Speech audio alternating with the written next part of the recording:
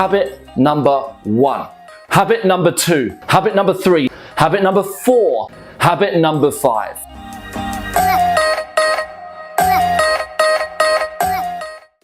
Five habits to always sell your products. Hey, what's up? Pete Scott here, sales and business mentor to the 1%. And you, yes, you are in for a treat by watching this video today. Make sure you stick around to the end so you can understand all 5 of these habits and how you can implement them into your business or career. Because by doing it, you're not just going to reach the next level, the chances are you're going to keep increasing and increasing and increasing. And that's what it's all about, taking your skills to the next level in order to take your business and career to the place you want to be. So without any further delay, let's get into these 5 habits. Habit number 1, practice your sales conversation. Now the chances are you have consultations or you have meetings or you're selling over the phone.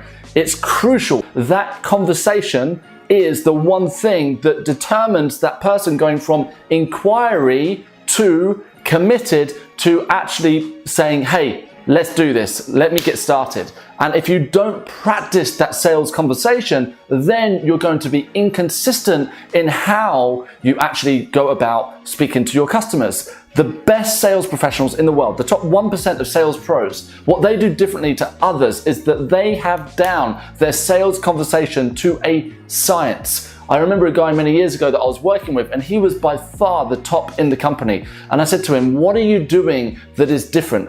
How is it that everybody buys from you? Every client you see, they all buy, and they don't just buy small, they buy your big solutions. And he said, well, Pete, it's simple. I have my sales conversation down to a science. I know exactly what to say, when to say it, and how to say it. If you are not at a point yet where your sales conversation is completely locked down, then you, sir or ma'am, you have work to do. It is crucial that the week ahead, that the months coming, that you practice and you role play your sales conversation as often as humanly possible. Once you do it and you get it into a set process, and if you're leading a team, you get them to do it too. Get it down to a set process. I promise you that you will be in a place where you'll be dropping me a message and saying, hey Pete, you know what? I did these sales conversations. Unfreaking believable. My business has gone from here to here. Habit number 2, always keep track of your leads.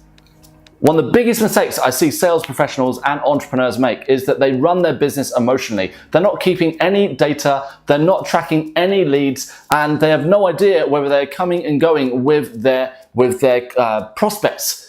In order for you to run a thriving business or to have the great sales career that you want, you must keep good management on your data. In our company, we use Highrise CRM. Highrise is more of a sales tool, so we put this over here, and the great thing about it is that for me as the business owner, I can see all the meetings that my team have. I can see what part their prospects are, where they are in our sales funnel. I can see if it's a follow-up call, or it's a first-time call, or if it's a final call. And from there, we can see as well how qualified or disqualified that person is for our product, if they are right for us or not.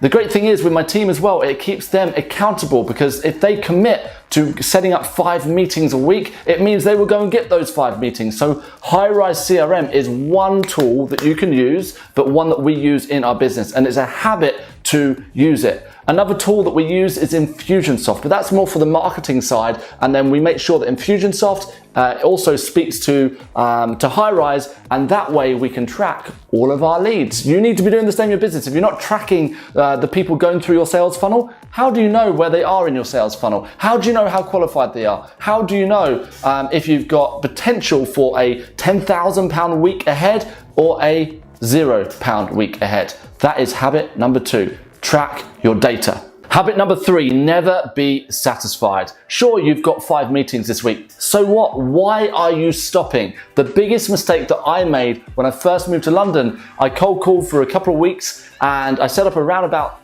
7 or 8 meetings, and then I thought, wow, I've arrived, I've got these meetings, this is easy, I can do this. Well, I didn't think it's easy, but I focused only on those meetings. And I stopped doing the thing, the activity that got me those meetings in the first place. If you are in business and you have to sell, Do not be satisfied with the 2 leads you've got right now. Do not get to a point where you have 20 leads and you say, oh, everything is going to be okay. You have to fuel the fire with the thing, the activity that got you those meetings in the first place. 95% of people that I meet, they do the work, they get some results, and then they stop doing the thing that got them that result. So, habit number 3 is at least 2 hours a day, make sure that you are putting yourself out there and never be satisfied.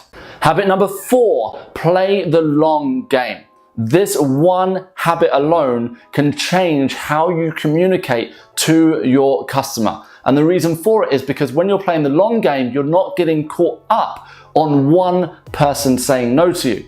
Because you know, with the long game, there are thousands of people that can potentially say yes to you. That you get a no today, well, don't worry, because you're going to get 3 yeses later in the week.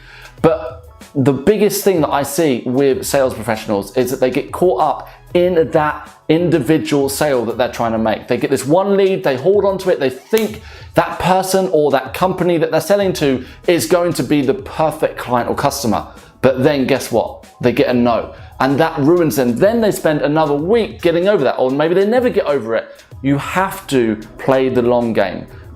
Millionaires, billionaires play the 5-year game, even the 5-generation game. They're always looking ahead.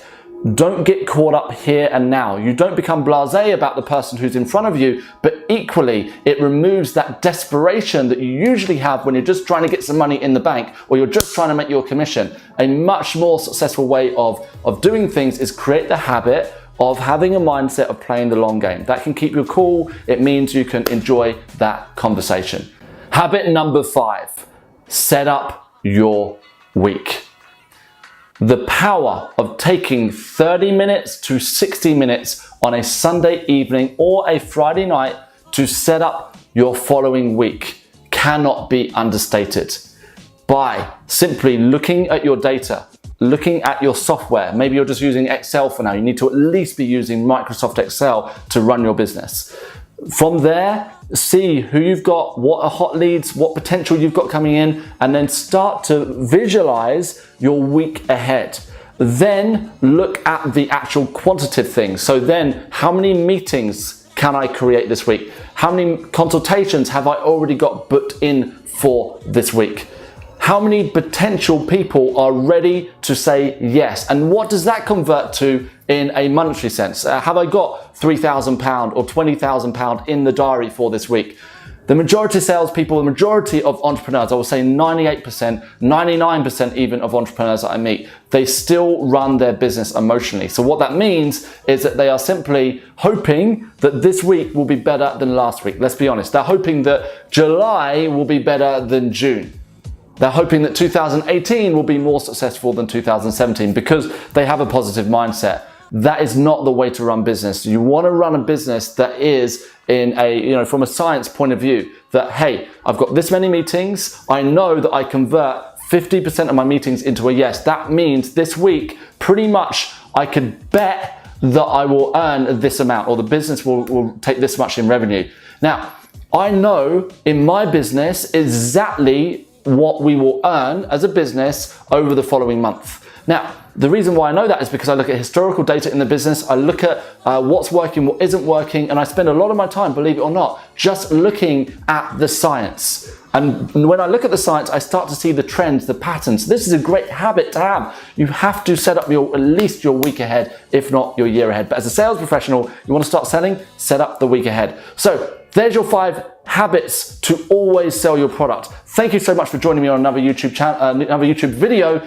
Comment below, let me know your questions, and let's keep this going because you deserve to have a great business, you deserve to have a brilliant career, but you have to be in the driver's seat. You cannot expect someone else to do it for you. I'll see you in the next video.